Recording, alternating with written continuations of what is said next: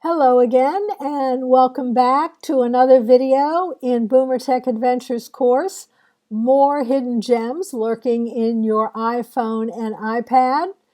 In this video, we're going to look at ways you can edit those For You and Memory slideshows that pop up on your iPhone and iPad's photo app. So, grab your iPhone or iPad and let's get started.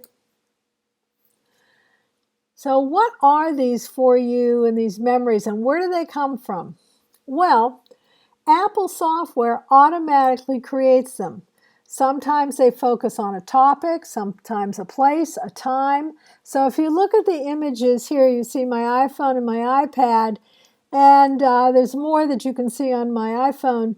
There's one, the lion, that was from Africa, and then the other is a trip to the Yellowstone region, that's Jackson Hole. And if you were to scroll through, you would see that some of I have a memory or For You slideshow on pets, on visits to family, etc. You can, or I can, we both can, edit to some degree. We can change music, we can add effects, and we can delete some of the pictures from the slideshow. So how do you get started? Well, whether you have an iPhone or an iPad, you of course have to open the Photos app. And if you have an iPad, you may see in the menu right down the left-hand side. If it's not there, look for that rectangle up in the upper left-hand corner. It's just small, and tap on it, and the menu will open up. If you're using your phone, your iPhone, the menu is across the bottom. In either case, you want to scroll to where it says For You. And once you have that up, you need to choose one of the memories and simply tap on the image to start the slideshow. As the slideshow begins, tap on another image and it will stop and options appear. Here, let me show you. So this is another picture in my memories from Africa, a magnificent bird, eagle. And if you look at the black arrows, you see over in the bottom left-hand corner there are music notes, so that's where I would tap if I wanted to change the music. Over on the right-hand corner, there's the pause button, and also all those little squares represent all the images. Up at the top, you see there's a circle with 3 dots. Whenever you see that symbol, that always means you have more options. So on the iPhone, it looks a little bit different. I've started a slideshow by tapping on it. And now it's at the bottom, I see the icon for the music. And over on the left are the little squares for all the images, the pause buttons in the middle. And just like on the iPad, the circle with the 3 dots is up at the top. So that's where we're going to start. So if you have your iPad or your iPhone, tap on those 3 dots, and this is what you'll see. A menu will drop down, and you can see it says Add to Favorites, Manage Photos, etc. So the options here, the biggies, are Manage and Play with your images. You can change the title of this memory. You can choose a key photo, and you can change the length of the slideshow. So if you look at this particular picture over on the right, you see where the black arrow is pointing, it says short and medium is checked. Sometimes you'll have the option of short, medium, and long. That's where you choose the length of your slideshow memory, and the software automatically either adds pictures or takes some out, etc., adjusts the music. Now, next, I'm going to tap on Edit Title. That's the 3rd item down on this drop-down menu. And you see what pops up is on the left, The software has named this March 18th, 2015. Well, I don't like that, so I decided to change it, make it more specific, and you see the image on the right. I have changed the title from March 18th to Zimbabwe, but I left the 2015 so I'd remember what year it was. And then I need to remember to tap Save, of course, or it will not. And of course, I can come back and change that simply by going to those three dots in the circle and tapping on Title again. Now, how about music?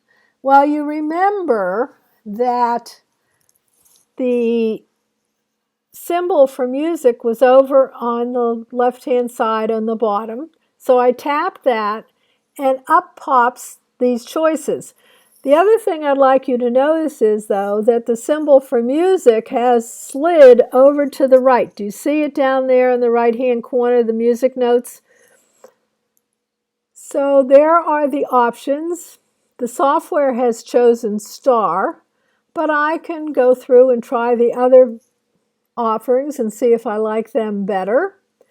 Again, I can change it back, I can play around with it. Kind of fun. Now, while we're looking at the music, look down in that slide, look down in the bottom right-hand corner, and you see that there are three intersecting circles now instead of those squares.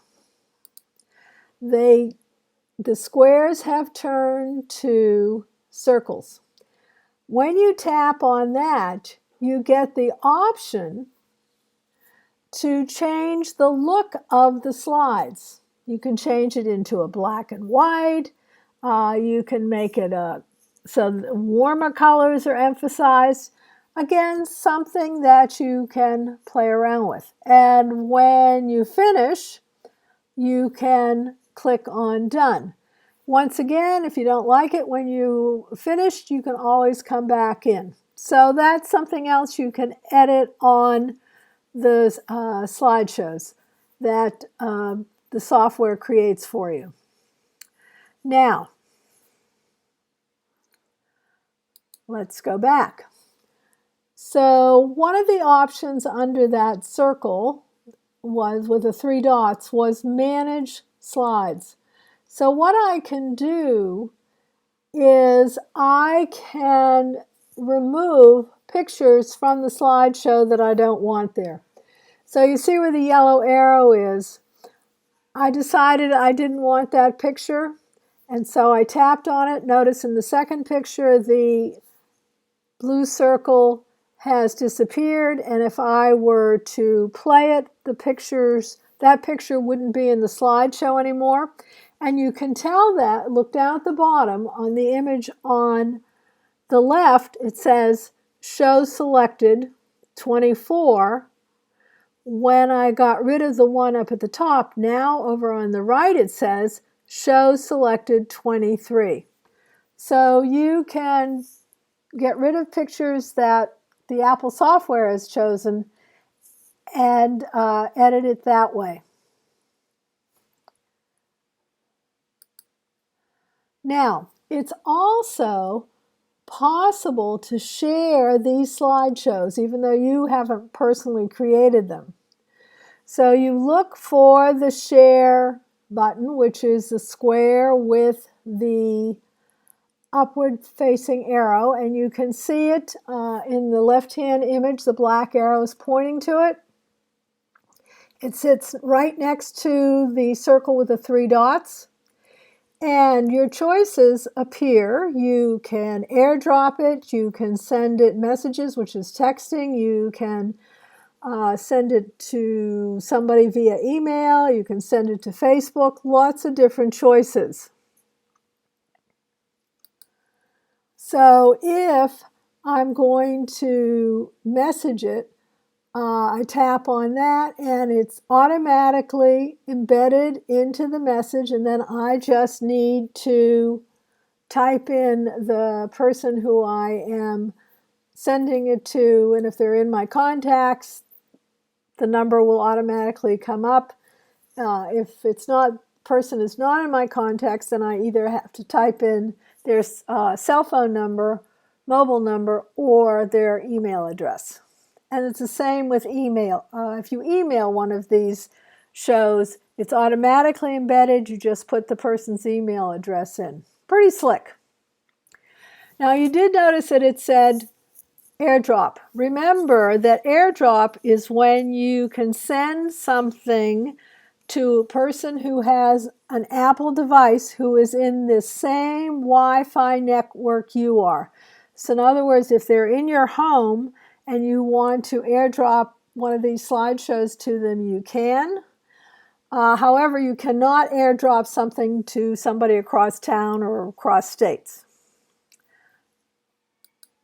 So as we come to the end of this, just a couple of things to remember. The For You memories are automatically generated. There's some editing you can do. You can share these slideshows. And of course, remember that you can make your own slideshows and you can put whatever pictures and whatever music and captions, etc. But that's not this process with the For You and memories that are automatically generated. I hope you found this video helpful and that you will continue watching. Again, this has been BoomerTech Adventures. We hope that you will visit our website, BoomerTechAdventures.com, and do come back and watch some more videos.